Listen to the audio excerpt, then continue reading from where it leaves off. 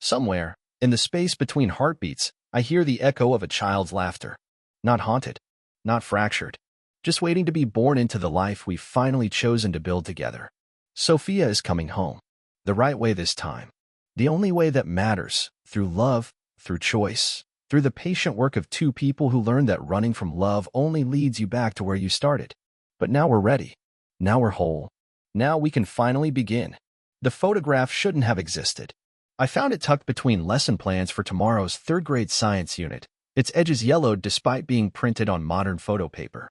In it, a little girl with honey-blonde curls smiled gap-toothed at the camera, wearing the exact purple dress with sunflowers that hung in my closet, the one I'd bought for my daughter, the daughter I never had. My hands trembled as I turned it over. Written in my own handwriting were words I'd never penned. Sophia's first day of school, August 2019. Sophia. The name I'd chosen 8 years ago, whispered to the child growing inside me, before Ethan Winters walked out of my life without a backward glance. Before the miscarriage that followed 2 weeks later, as if my body couldn't bear to carry his child once he'd rejected us both. But Sophia Winters sat in the third row of my classroom at Riverside Elementary, very much alive, very much his daughter. And tomorrow, I would have to face her again, knowing what I now knew or thought I knew. That somewhere, in some version of reality I couldn't quite grasp, she had been mine. Hudson, New York had a way of trapping people in its historic embrace. I'd grown up here, left for college, and returned like a homing pigeon to its antique shops and river views. Even after Ethan left me, even after everything fell apart, I couldn't seem to escape its gravitational pull. 8 years had passed since that October morning when I told Ethan about the pregnancy. 8 years since he looked at me with those gray eyes, the same ones that now stared at me from Sophia's face every morning, and said he wasn't ready to be tied down. He had plans, an art career in the city that didn't include a girlfriend from Hudson and certainly didn't include a baby. I'd rebuilt myself piece by piece. Finished my teaching degree. Learned to smile without crying. Convinced myself that the emptiness in my chest was just part of being human, not a Sophia-shaped hole that would never heal.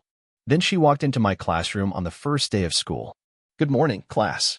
I'm Miss Harper," I'd said, writing my name on the whiteboard in cheerful purple marker. 22 8-year-olds stared back at me, but I only saw one. She sat perfectly straight, her honey-blonde curls held back with a headband, wearing a dress that made my breath catch. Purple with sunflowers.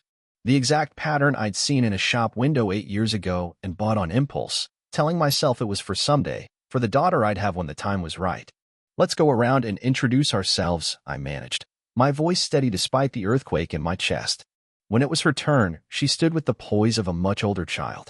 "I'm Sophia Winters. I just moved here from California with my dad. He says Hudson is where he grew up, so it's like coming home." The room tilted. I gripped the edge of my desk, knuckles white. Ethan was back. The first strange incident happened 3 weeks into the school year. I was grading papers after school when Sophia appeared in my doorway. She shouldn't have been there. The buses had left an hour ago. "Miss Harper?" I forgot my reading book. I looked up, and for a moment, I could have sworn she was wearing different clothes than she'd had on that morning. The purple dress with sunflowers instead of the jeans and pink t-shirt I distinctly remembered. "Of course, sweetie. It's in your desk." She nodded and skipped to retrieve it. As she passed my desk, she paused, studying the framed photo of my sister Margaret's children I kept there. "You don't have any kids?" she asked, with the blunt curiosity of childhood. "No," I said, the word ash in my mouth. She tilted her head. "That's sad. You'd be a good mom. You already know all the lullabies." My blood chilled. Lullabies. The one about the mockingbird. "You were humming it yesterday during quiet reading time." She smiled. "My dad says my mom used to sing it to me, but I don't remember her. She left when I was a baby." The room spun. That song, "Hush Little Baby," I'd sung it to my belly every night for 4 months. Ethan had laughed, said I was going to spoil the baby before it was even born. "Sophia, who's picking you up?" "My dad. He's probably in the parking lot." She hugged her book to her chest. "Bye, Miss Harper." I watched from my window as she climbed into a silver BMW. Ethan's profile was unmistakable, even after 8 years. He didn't look toward the building, didn't know I was watching as he drove away with the daughter who couldn't exist. Parent-teacher conferences loomed like storm clouds. I'd managed to avoid Ethan for 6 weeks, coordinating with the office to ensure someone else handled Sophia's pickup and drop-off interactions. But there was no avoiding this. I'd scheduled him last, hoping the empty school would give me strength. When he walked into my classroom at 7 p.m., time folded in on itself. He looked older, of course. Lines around his eyes, a touch of silver at his temples. But still devastatingly handsome, still carrying himself with that easy confidence that had once made me feel like the luckiest girl in Hudson. Grace. Not Ms. Harper. Grace. I heard you were Sophia's teacher. I thought about requesting a transfer, but... He shrugged, taking the too small plastic chair across from my desk. She loves your class. Says you're the best teacher she's ever had. I shuffled Sophia's progress reports, avoiding his eyes. She's a wonderful student. Very bright, very kind to others. She gets that from her mother. The words hung between us like a challenge. I forced myself to look at him. Her mother who left when she was a baby? Something flickered across his face. Confusion? Guilt? Is that what she told you? Should she have told me something else? He leaned back, studying me with those gray eyes that had once promised me forever. Grace, are you okay? You look, I don't know, tired. I'm fine. I pushed Sophia's reading assessment across the desk. Let's focus on why we're here. But even as I discussed reading levels and math progress, my mind wandered to the photograph in my desk drawer. The one I'd found again that morning, except now it showed Sophia at what looked like a birthday party, blowing out candles on a cake I'd never baked in a house I'd never lived in. The dreams started the night after parent-teacher conferences. In them, I was pregnant again, but this time Ethan stayed. He painted a nursery soft yellow, assembled a crib while I read instructions, kissed my growing belly every morning before work. In the dreams, Sophia was born during a spring thunderstorm, and Ethan cried when he held her for the first time. I'd wake gasping, my hands clutching my flat stomach, tears streaming down my face. The dreams felt more real than reality, memories rather than fantasies. Then came the morning I found the hospital bracelet. I was cleaning out a drawer, looking for spare pencils, when my fingers brushed plastic. A hospital admission bracelet, the kind they seal on your wrist. The printed text made my knees buckle. Harper, Grace, maternity. Admit, April 15th, 2016. Discharge, April 17th, 2016. April 15th, 2016. The day I'd miscarried, spent alone in my apartment, too ashamed to go to the hospital. But this bracelet suggested otherwise. Suggested I'd delivered a baby. Suggested Sophia was Miss Harper. I spun around. Sophia stood in the doorway, early as always. Her gray eyes, Ethan's eyes, watched me with concern. Are you okay? You look scared. I shoved the bracelet into my pocket. I'm fine, sweetie. Just surprised to see you so early. She set her backpack down and approached my desk. I had another dream about you. My heart stuttered. About me? Uh-huh. You were singing to me. The Mockingbird song. And you were crying. But they were happy tears. She tilted her head. Do you ever have dreams that feel like memories? The bracelet burned against my leg through the fabric of my pocket. Sometimes. My dad says dreams are just our brains making up stories. But what if they're not? What if they're glimpses of what could have been? 8 years old. No 8-year-old talk like that. No 8-year-old should have eyes that ancient, that knowing. Sophia, can I ask you something? She nodded, perching on the edge of a desk. What do you remember about your mother? Her face scrunched in concentration. Little things. The smell of her perfume, like vanilla and flowers. How she'd trace letters on my back to help me fall asleep. Sometimes I think I remember her voice, but Dad says I was too young. Vanilla and jasmine. My perfume. The letter tracing game I'd invented during my student teaching, soothing anxious kindergartners at nap time. He has pictures of her, but they make him sad, so he keeps them in a box in his closet. I sneaked a look once. Sophia's voice dropped to a whisper. She looked like you. I called in sick the next day, and the next. By the third day, Principal Reynolds was at my door, concerned about my sudden illness during the critical pre-holiday period. Grace, what's really going on? This isn't like you. I sat on my couch, surrounded by evidence I couldn't explain. The hospital bracelet. The photographs that kept appearing. Sophia's first steps, her third birthday. A Christmas morning that never happened. A Mother's Day card in crayon. To Mommy, love Sophia. I think I'm having a breakdown, I told her honestly. She sat beside me, maternal concern creasing her face. Is this about the Winters girl? I know her father is your ex. I should have assigned her to a different class. You don't understand. I showed her the photographs. These can't exist. Sophia. I was pregnant with Ethan's baby 8 years ago, but I lost it. Lost her. But she's in my class, in these pictures. Principal Reynolds studied the photos with the careful expression of someone humoring a crazy person. Grace, these are clearly photoshopped. Someone's playing a cruel prank on you. But I'd have them analyzed. Every pixel was authentic. Every timestamp legitimate. I need a few more days, I said. She squeezed my hand. Take the week. Ms. Rodriguez can cover your class. But Grace? Maybe talk to someone. A professional. After she left, I sat in the gathering darkness, holding the Mother's Day card. Sophia's handwriting was distinctive. She made her lowercase a's with a little curl at the top. This card had the same quirk. My phone buzzed. A text from an unknown number. Stop looking for answers you're not ready to find. I returned to school the following Monday, determined to pretend everything was normal. But normal had become a foreign concept. Sophia watched me all day with those knowing eyes. During recess, while the other children played, she approached my desk. I missed you, she said simply. Ms. Rodriguez is nice, but she doesn't know the songs. What songs, Sophia? All of them. The Mockingbird. The one about the stars. The silly one about spaghetti. She listed songs I'd made up during those 4 months of pregnancy, songs I'd never sung aloud since. My hands shook as I graded papers. How do you know those songs? You taught them to me. She said it so matter-of-factly, as if we were discussing basic addition. Not here you. The other you. The one who didn't lose me. The pencil slipped from my fingers. What did you say? Sophia climbed onto the desk beside me, her legs swinging. Dad doesn't know. He thinks Mom left because she didn't want us. But that's not true in this version, is it? In this version, you lost me before I could be born. Sophia, you're 8 years old. You can't possibly. I'm 8 here, she interrupted. But I remember being nowhere. I remember feeling you let go, feeling myself slip away. And I remember someone offering me a choice. My vision blurred. A choice. To stay nowhere, or to be born to someone else. Someone who would leave, so Dad would come back here. So I could find you again. She reached out and touched my hand. Her fingers were warm, real, impossible. I chose to find you. This is insane. This is Look at me. Sophia commanded with authority no child possessed. Really look at me. I did. And in her 8-year-old face, I saw it all. The baby I'd carried. The future we'd lost. The impossible twist of fate or madness that had brought her back to me in this wrong, fractured way. Why? I whispered. Because you never let me go. Not really. Every year on April 15th, you light a candle. Every time you see a little girl with blonde hair, you wonder. Every night before you sleep, you whisper my name.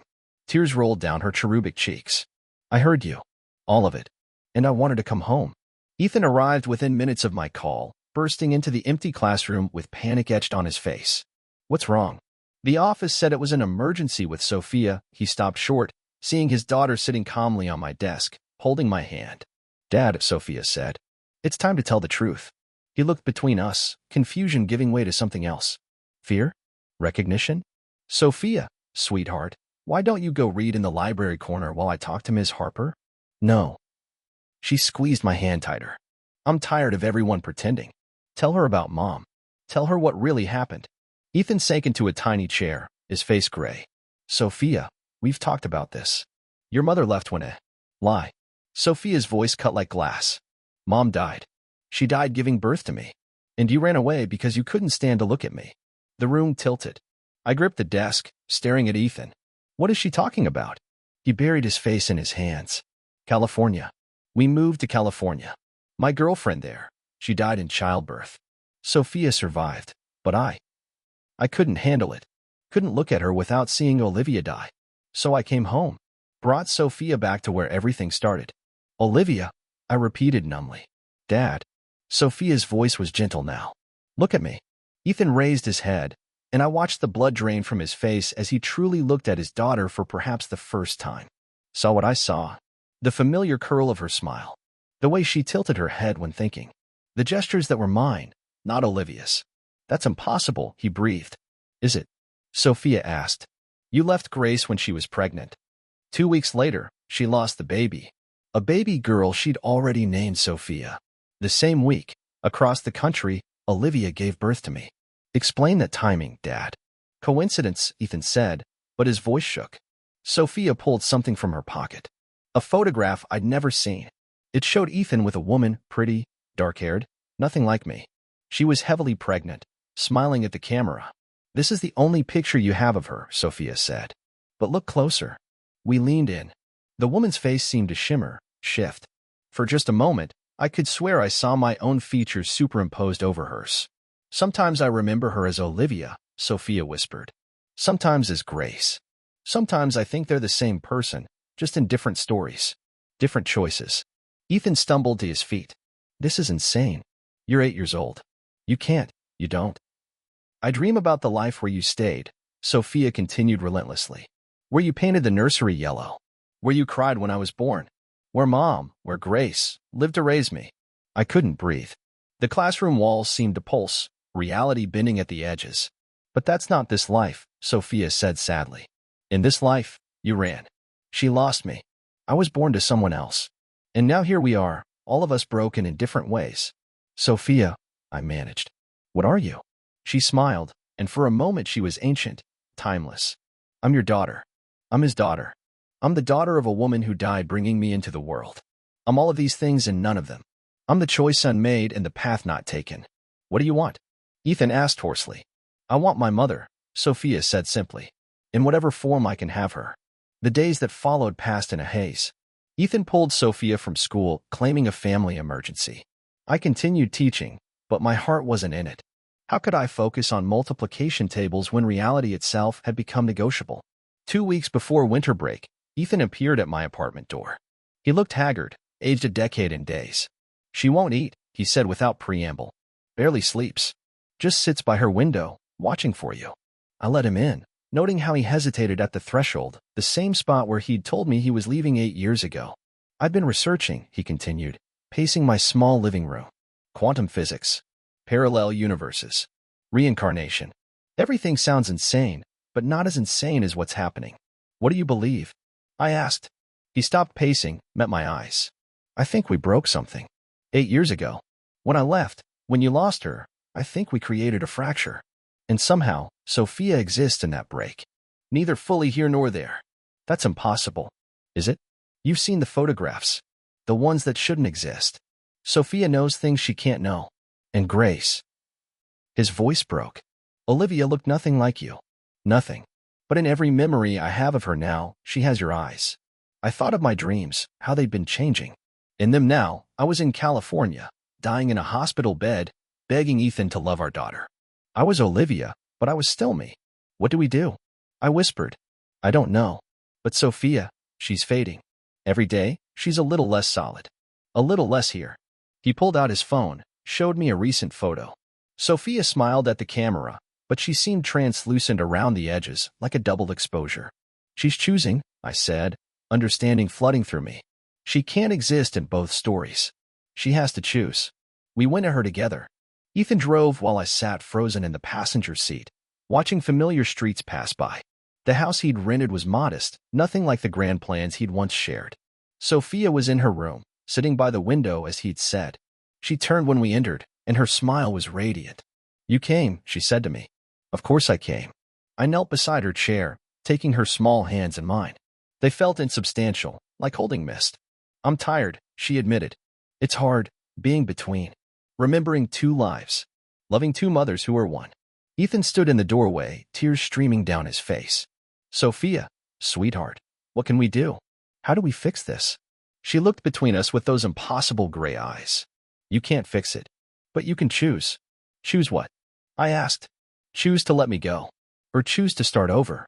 The room seemed to hold its breath. Sophia continued, her voice gaining strength. "If you let me go, I return to the space between. You go on with your lives, separate. The photographs disappear.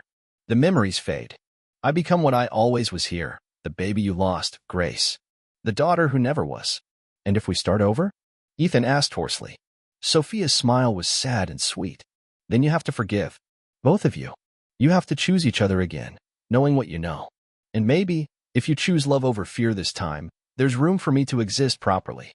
Not as a ghost between worlds, but as a possibility waiting to be born." I looked at Ethan, seeing him clearly for the first time in 8 years. Not the boy who'd run from responsibility, but the man who'd been running from grief, who'd lost someone he loved and didn't know how to process it. So he created a story where she'd left instead of died. Olivia, I said softly. Tell me about Olivia. He crumbled. The story poured out, a whirlwind romance in California. A pregnancy that seemed like a fresh start. The hemorrhaging that started during labor. The choice between mother and child that wasn't really a choice at all because Olivia was already gone. She had your spirit, he whispered. Different face, different name, but the same laugh. The same way of seeing the best in everyone. I couldn't tell if I loved her for herself or because she reminded me of you.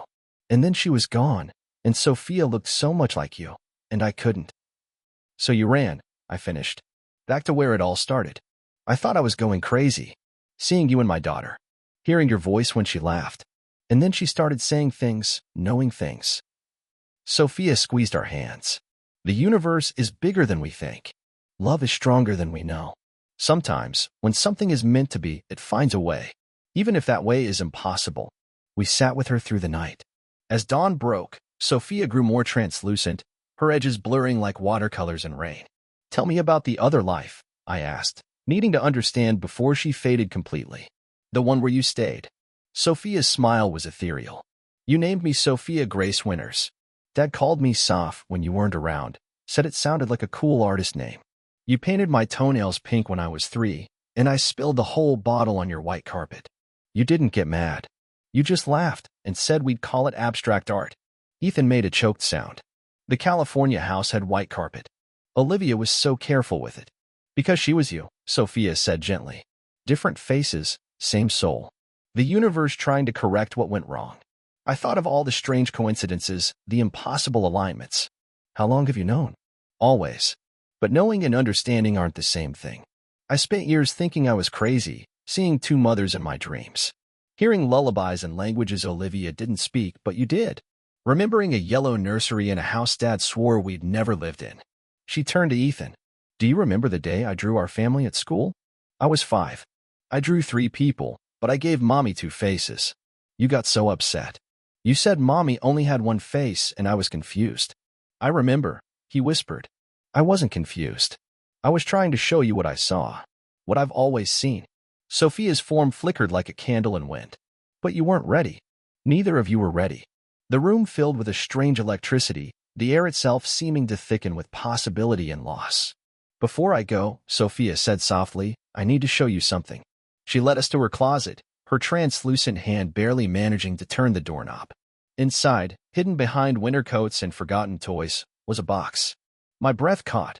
It was the same memory box I kept under my bed, the one filled with ultrasound photos and the tiny yellow onesie I'd bought the day I found out I was pregnant. But this box was different. Filled with artifacts from a life that never was, report cards with my signature as her mother, birthday photos where I stood beaming beside her cake, a Mother's Day card that read, World's Best Mom in purple crayon. These are from the other timeline, Sophia explained. They bleed through sometimes, when the barrier is thin. I've been collecting them, trying to understand. Ethan picked up a photo of the 3 of us at what looked like the Hudson Children's Museum. We were laughing, Sophia on his shoulders, my hand in his. The happiness in that image was so real it hurt. This is what we lost, he said brokenly. No, Sophia corrected. This is what you can still choose. Just not with me as I am now. I'm an echo, a possibility trying to exist in the wrong story. But if you choose each other, if you heal what was broken. She trailed off, her form flickering more rapidly now. I clutched the Mother's Day card, feeling the waxy crayon beneath my fingers. How do we know? How do we know if we try again, you'll come back to us? Sophia's eyes, more memory than substance now, held infinite compassion. You don't. That's what faith is. That's what love is. Choosing without guarantees. Believing in possibilities even when they seem impossible. The sun climbed higher, its rays passing through Sophia as if she were made of colored glass.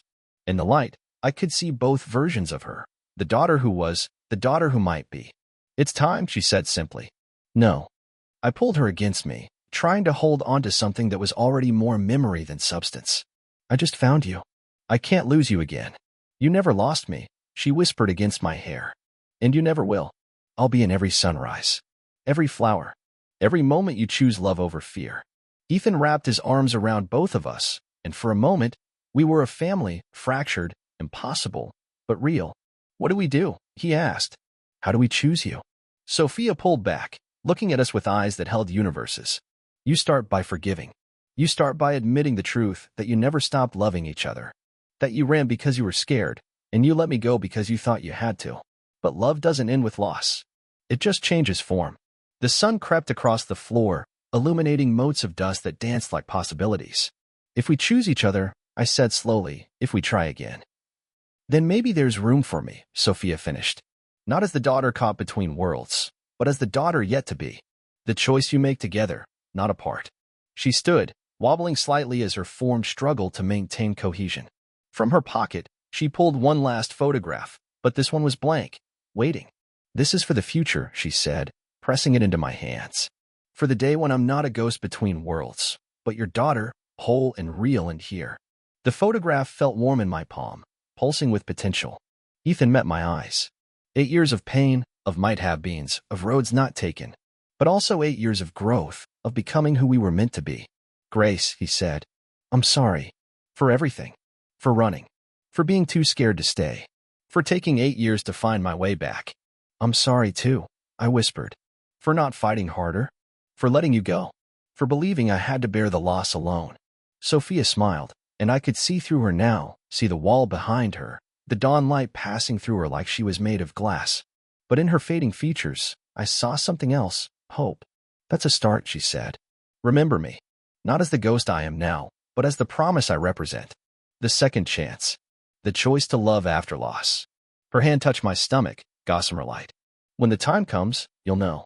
You'll feel me waiting, ready to come home the right way. The real way. No fractures, no bleeding between worlds.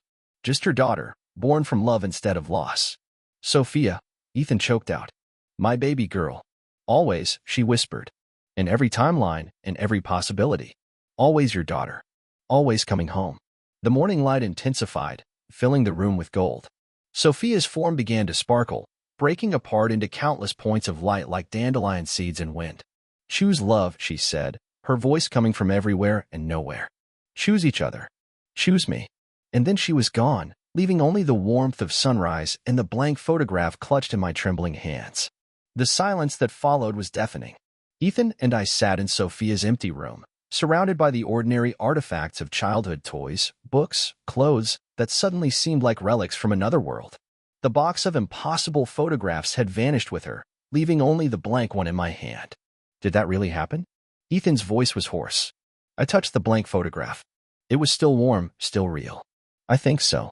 I hope so. We sat without speaking as the morning progressed, neither of us willing to break whatever spell remained.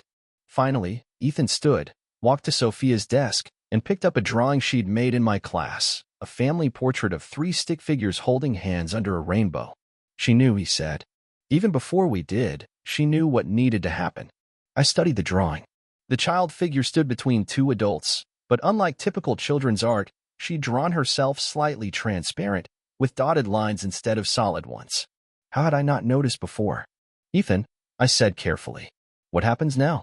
He turned to face me, and I saw the boy I'd fallen in love with at 17 buried beneath the man he'd become. I don't know. I know I can't lose you again. I know I can't go back to pretending that what we had didn't matter. That it doesn't still matter. 8 years is a long time. We're different people now. Are we? He moved closer, still clutching the drawing. Because when I look at you, I see the same girl who used to sneak onto the school roof with me to watch meteor showers. The same woman who cried at that stupid commercial with the puppies. The same person who believed in forever when I was too scared to believe in tomorrow. That girl lost a baby, I said quietly. That woman learned that believing in forever doesn't make it true. No, Ethan agreed. But maybe that's the point. Maybe we had to lose everything to understand what we really had. What we threw away. He sat beside me on Sophia's narrow bed, the space between us charged with possibility and pain. Tell me about April 15th. I closed my eyes. Which one? The one where I lost her, or the ones after where I light a candle and pretend she can see it? All of them. So I told him. About the cramping that started during my morning classes. About driving myself to the hospital because I had no one to call. About the sterile room where they confirmed what I already knew. About the years of lighting candles for a daughter who was never born, whispering her name into the darkness. Ethan wept as I spoke, 8 years of suppressed grief finally finding release. When I finished, he told me about Olivia, really told me.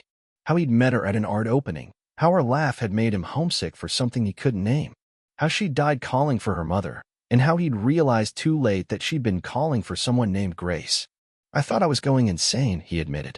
But the nurses said pregnancy does that sometimes, makes people confused at the end.